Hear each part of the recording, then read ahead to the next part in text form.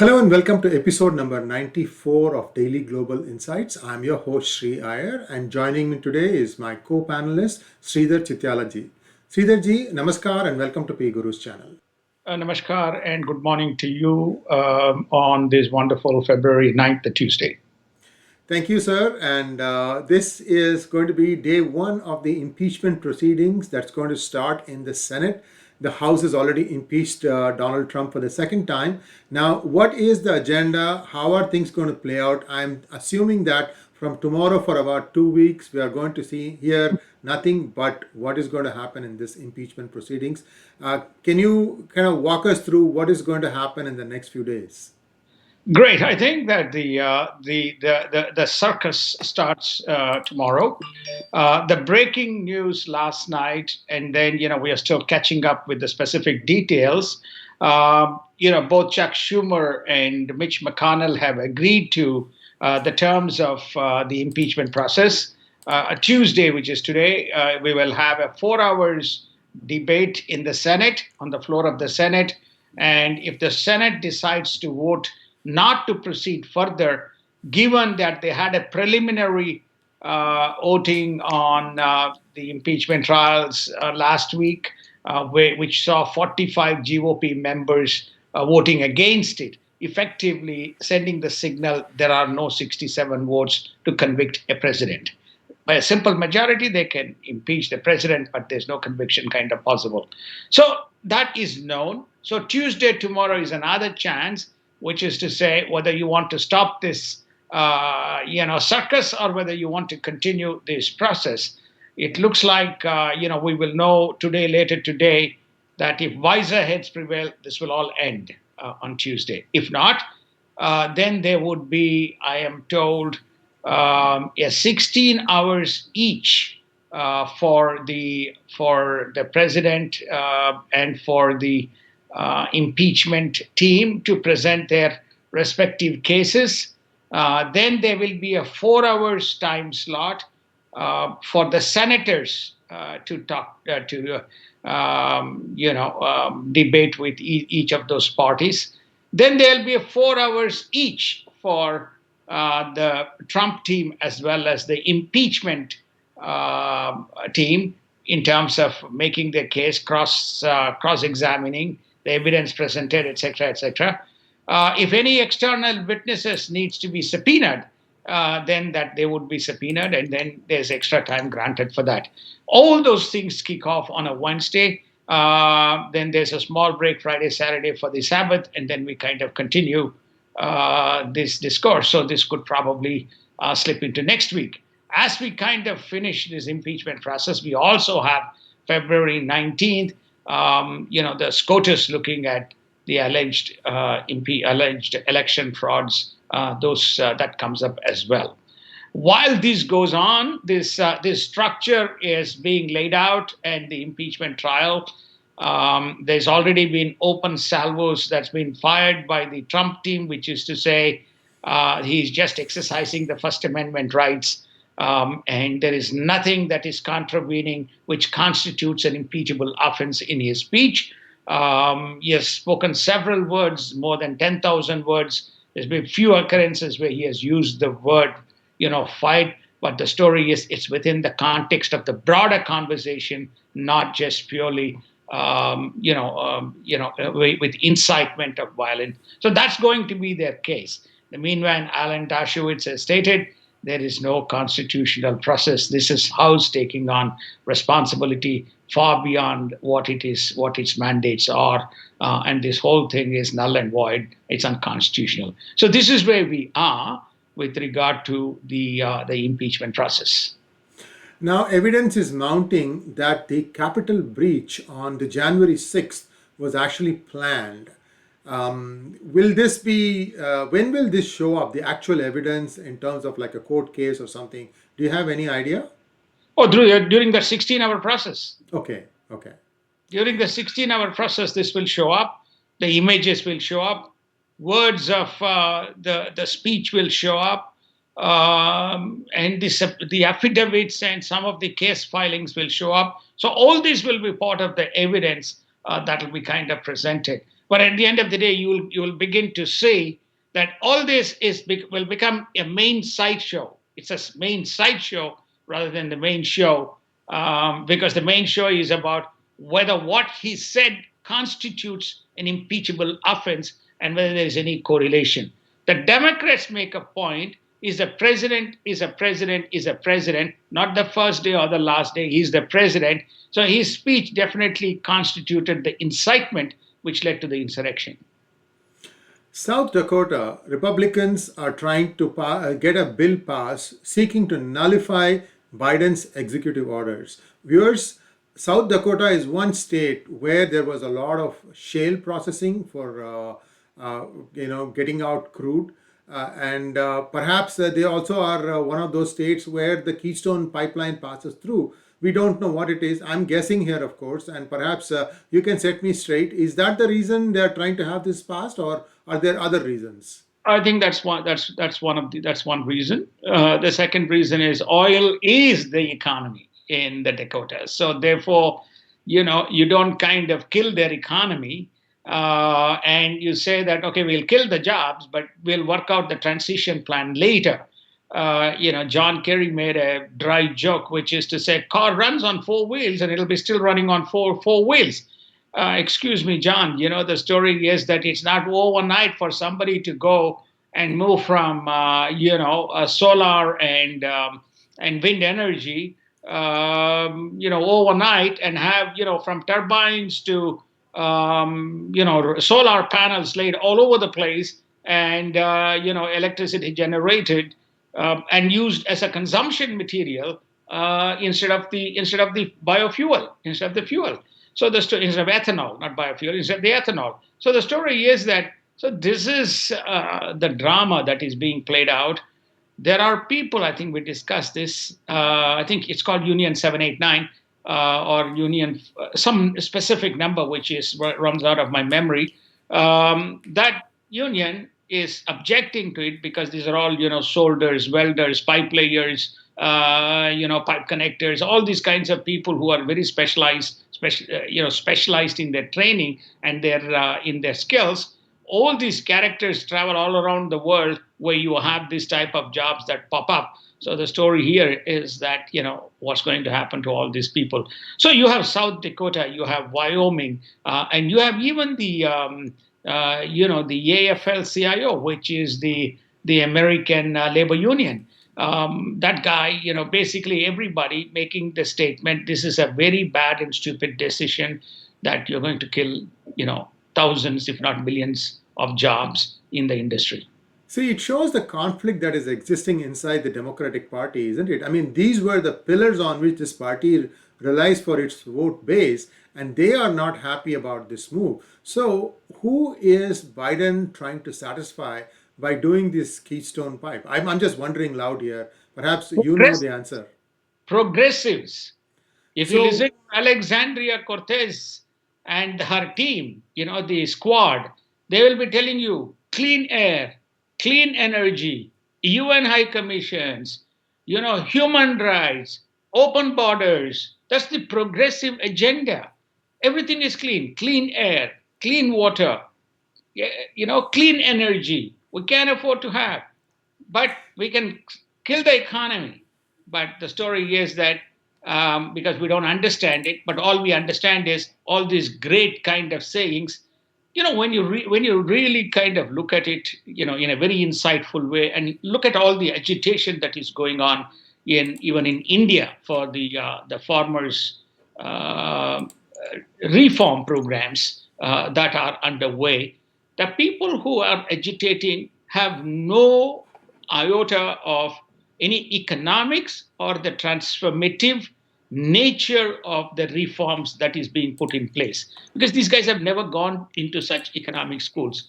Their agenda is progressive, and progressive often has more social outcome rather than any economic outcome in conjunction with social outcome. You cannot have a non-economic outcome and then say, hey, we are socially fine. That means, who is going to feed you, right? You need to have a proper economic structure that comes out of it. So therefore, I think that you will ask these people, any of these squad members. Can you give an economic kind of a story behind this? No. Well, one wonders then if President Biden wants to run a progressive agenda, he might as well allow their person to be the president. What is Biden's agenda? Can you cast some light on that? Well, Biden is supposed to be the unifying factor of the Democratic Party. Right? You have centrists, you have leftists, and you have progressives. You need to kind of unify the Democratic Party. He is perceptibly the person who could do, because if you have Warren or if you have Bernie Sanders, they go into the progressive side or they go into the socialistic side of the agenda. So then who can be some kind of a balance in between? The balance in between, in a perceptive sense, is Mr. Joe Biden. Well, Joe Biden was not until the last. Bernie Sanders was almost leading until the whole thing flipped, and then Biden came to the forefront, and he is now the marching warrior who is going to kind of galvanize all the different factions within the Republican Party. President Obama himself has written that we have to win the Georgia Senate. That's the only way. This is the occasion for the progressive agenda to be kind of rolling forward. We can't afford to lose this election. So we are in for the progressive time, IRG. Well, I'm reminded of a story. I'm not sure I read it in Panchatantra or in Bhagavatam. It's called monkey balancing. Um, those of you who know that what that is can read and understand where I am drawing the parallels. Let's move on to global, sir. Australian journalist Cheng has been arrested in China. What is the story behind this, and why did China arrest this journalist? Well, I think that I don't know the full details of the story, but there has been a lot of scuffle between Australia and China, right, in terms of the trade, as well as there was also this Afghan issue around the way the Chinese tried to protect the Australian soldier. So since then, it has been going downhill, and obviously, they found a journalist who they think is could be the cause of the story, and she's obviously has something to do with some of the stuff that is coming out of Australia, and then what they do, they basically arrest. That same thing has happened to Yang Mao Dong. So for him also it is the same, right? So he has been arrested, and US, EU, and China is democratic. By the way, he's a democratic activist. He's a human rights activist. So basically, whereas in the case of Cheng Lai, she's more around adversarial part of a perceived adversarial part of the anti-China rhetoric. So I think what you're seeing is Biden says, we plan to join the UN Rights Council, and then you have all these activities that China is, instigating. These are just isolated incidents which are being brought, but there are so many of them. You remember in Hong Kong, the entire Legislative Council was sacked, and all of them were said to be marching to the Chinese orders. And quite a few of them, I don't know, at least a couple of them, Angela, and I don't remember the second name, Joshua, I think. Both of them are somewhere in the Chinese prison, who were the advancing activists within the 11 or 12 members of the Hong Kong Legislative Council. China does not like democracy. China doesn't like protest. China doesn't like dissent. It only likes one thing: everybody march to Xi Jinping orders. If you do so, you're a good boy. Chinese company is going to build wind and solar projects off the Sri Lankan coast, very near the Sterlite plant in Thoothukudi. This is very interesting. I'm hoping some of those protesters will also take on boats and go and protest in front of the Chinese, construction. What are your thoughts, sir? It's, I call, brooding trouble. Well, Uh, well, these wind tunnels will suck away all the wind. Nothing will come to the coast. Well, I know, they're going to suck away anything that is left of the Sterlite plant. And they may be sucking away every fish that is kind of, flowing around, the Bay of Bengal seas, which is a narrow strip of land between, I think Trincomalee, Jaffna, and the southern tip coast, which is this Tuticorin and Rameshwaram and so on. I think, if my topography is correct from a map point of view, constant problems. Once upon a time used to be these fish trawlers from one side being arrested on the other side, and those fellows being arrested. There is also a seamless kind of a what you call these refugees and smuggling that used to happen once upon a time. So I think that to have the solar and wind farms around that and to be developed by the Chinese for a pittance. It's about $12 million is the cost of the project. Mind you, this is the second project. The previously the port development, which is in the